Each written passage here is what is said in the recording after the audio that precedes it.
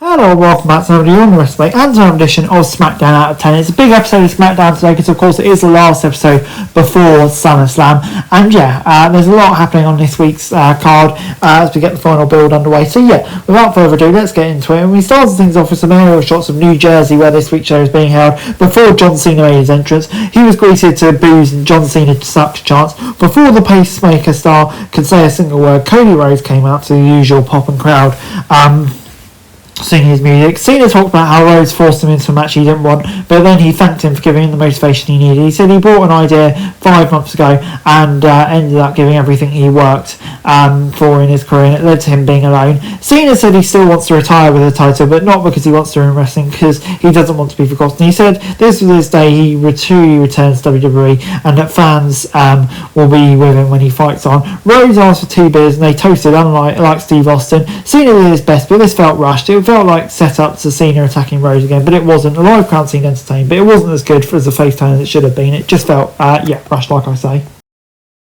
Zelina Vega then got a rematch for the US title against the woman who beat her for the title last month, Julia. Kiana James now accompanying Julia to the matches. They locked up and traded a couple of clean takedowns. They kept doing things technical at first, but Julia began by using more strikes after failing to get her free. We returned for a break to see Vega trying to fight out of a submission. The former champ came back to make a comeback and hit a German suplex from the Robin rope. This match was one that got better as it went on. It started a little slow, but both women had some great moments. Both women had some 2 counts before the champion hit a finisher to retain the title. And how we all expected it to go by, so a pretty fun match, 6 out of 10. Before Los Garzas took on Mr. Iguano and Psycho Crown in an open challenge for their AEA championships.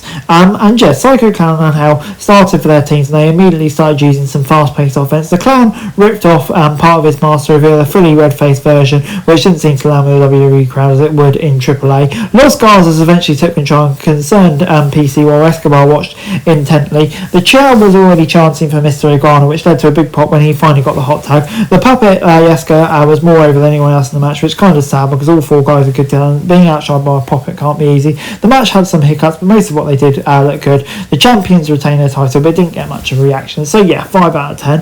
Aleister Black then took on Damian Priest in a bit of a grudge match. For 2 guys who have been at odds all the way these 2 men have in recent weeks, it was surprising to see them begin with a lock-up and some simple holds and counters. Both men eventually started relying more on their striking ability. They both like to use a lot of kicks to the body, so it felt pretty evenly matched in a lot of ways. The Arch with me built up a head of steam and ended up sending Black over the announce table with a big pounce. As he cleared off the table, Black threw a chair at him to cause a DQ. We all know this would only be their only encounter, so while ending makes some sense, it wasn't exactly satisfying. Black kept up the attack and slammed Priest's head into the steel set several times. He finished off the attack with a black mass against the ring post. Still a decent storyline to come here, and intrigued to see where it goes, so I'll give it a 6 out of 10.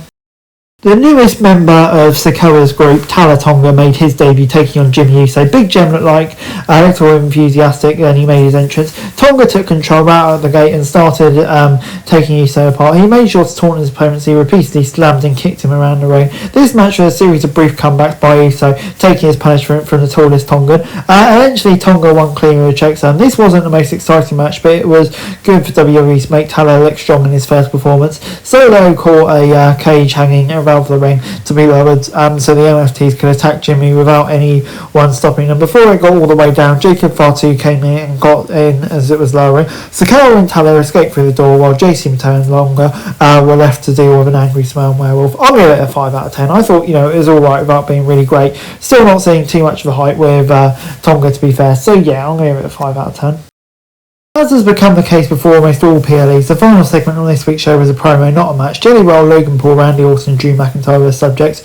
It's just kind of the bog standard stuff, to be fair, that you'd expect. Nothing really too groundbreaking. Overall, SmackDown this week gets a 6 out of 10 from me. It's a usual go-home show that we've become accustomed to. The face turn by Cena seemed rushed, and it may be a swerve in the end, but who knows.